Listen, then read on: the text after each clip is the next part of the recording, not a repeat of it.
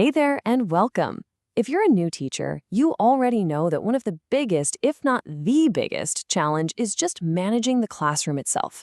So today, we're going to build a modern toolkit with some really smart digital solutions that'll help you not just survive, but actually thrive. Let's get into it. I mean, let's be real for a second. Does this question hit home? If you're nodding your head right now, listen. You are so not alone. For so many new educators, this is the one part of the job that causes the most stress. And you know what? There's a really good reason for that. Today's classroom is this incredibly complex ecosystem. You're juggling lesson plans, all these diverse student needs, parent communication, and the emotional well-being of every single kid in your room. It is way more than just keeping order. But what if you had a team of digital assistants to help you out? That's exactly what we're going to do. And look, the last thing you need is more work on your plate. These aren't more tasks. These are free, powerful tools that are going to work for you. So here's our game plan. We're going to tackle 4 key challenges: orchestrating the classroom, boosting engagement, connecting with home, and supporting student well-being. And then we'll wrap it all up with one super simple action step you can take literally tomorrow. All right, let's kick it off with part 1, orchestration and focus. This is all about getting a handle on the energy and the flow of your classroom. So how do we create an environment that's smooth, predictable, and helps everyone stay on task? Okay, meet your first assistant. I love this thing. I call it the Swiss Army knife for your projector or your smartboard.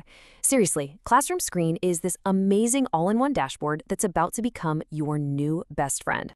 So what does it do? Well, think about how many times a day you say you have 5 minutes left, or repeat instructions over and over. With Classroom Screen, you can throw a visual timer up on the board, post the agenda, and even use a simple traffic light to show the expected noise level. It saves your voice for the stuff that actually matters. You know, the teaching part. And speaking of noise levels, group work. It can get loud, right? So instead of constantly having to shush your students, what if you could turn managing the volume into a fun visual game for the whole class? Well, that's where Bouncy Balls comes in.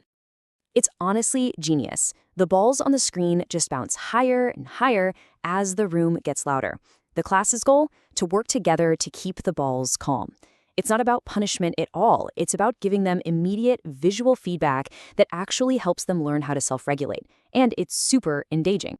Okay, let's move on to our second big challenge: engagement and participation. So you've got the classroom flow under control. Now, how do you make sure that every single student feels seen, heard, and involved?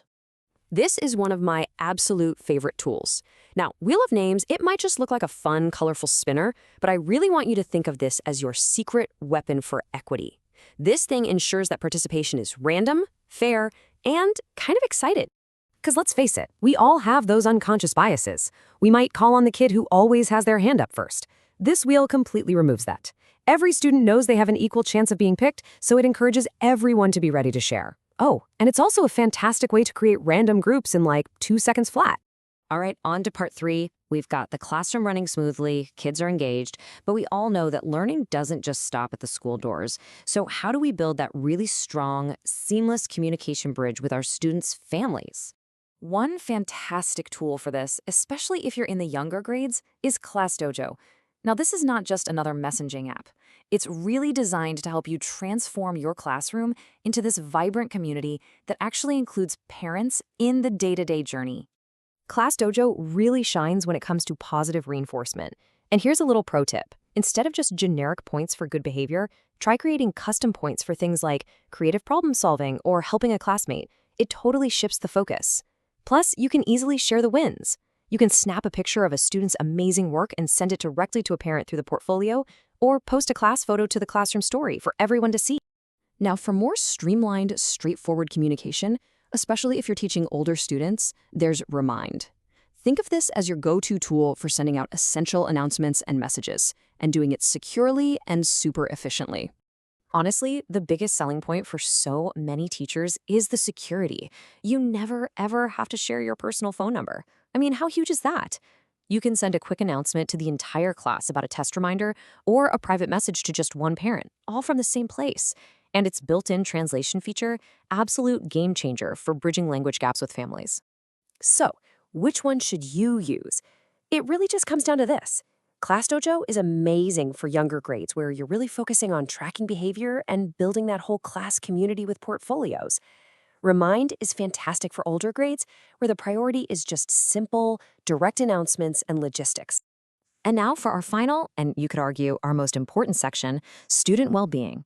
A well-managed classroom is a safe one, and that absolutely includes emotional safety. So how do we actually create space for that? Okay, here's a simple but incredibly powerful tool for you, Microsoft Reflect. I want you to think of it as a way to quickly and privately take the emotional temperature of your classroom before you even start your lesson. This quick check-in gives every single student a really low-stakes private way to share how they're feeling. It helps you see if the class is feeling tired or stressed, or maybe they're super excited. And this isn't about collecting data. It's about getting a quick insight that you can actually act on. If you see that everyone's feeling tired, maybe you start with a 2-minute stretch instead of diving into a lecture. It just shows you're paying attention and responding with empathy right when they need it. Whew! Okay, we have covered a lot of ground today, and hopefully your digital toolkit is starting to feel pretty full. But here's the thing. Knowledge without action, well, it doesn't really help, does it? So let's talk about your very first, very simple step. Here is your challenge. And I don't mean for next week, I mean for tomorrow morning. Open up classroomscreen.com. Don't get overwhelmed by all the options. Just choose 3 widgets. I'd suggest starting with a timer, a text box for your instructions, and the traffic light. Then just save it. That is it. Because the real key to all of this is to just start with one thing. You do not need to try and implement all of these tools at once. Pick the one that speaks to your biggest challenge right now and just play with it. Remember, small, consistent changes can make a massive impact on your classroom, and more importantly, on your own peace of mind as a teacher. You can do this. You've got this.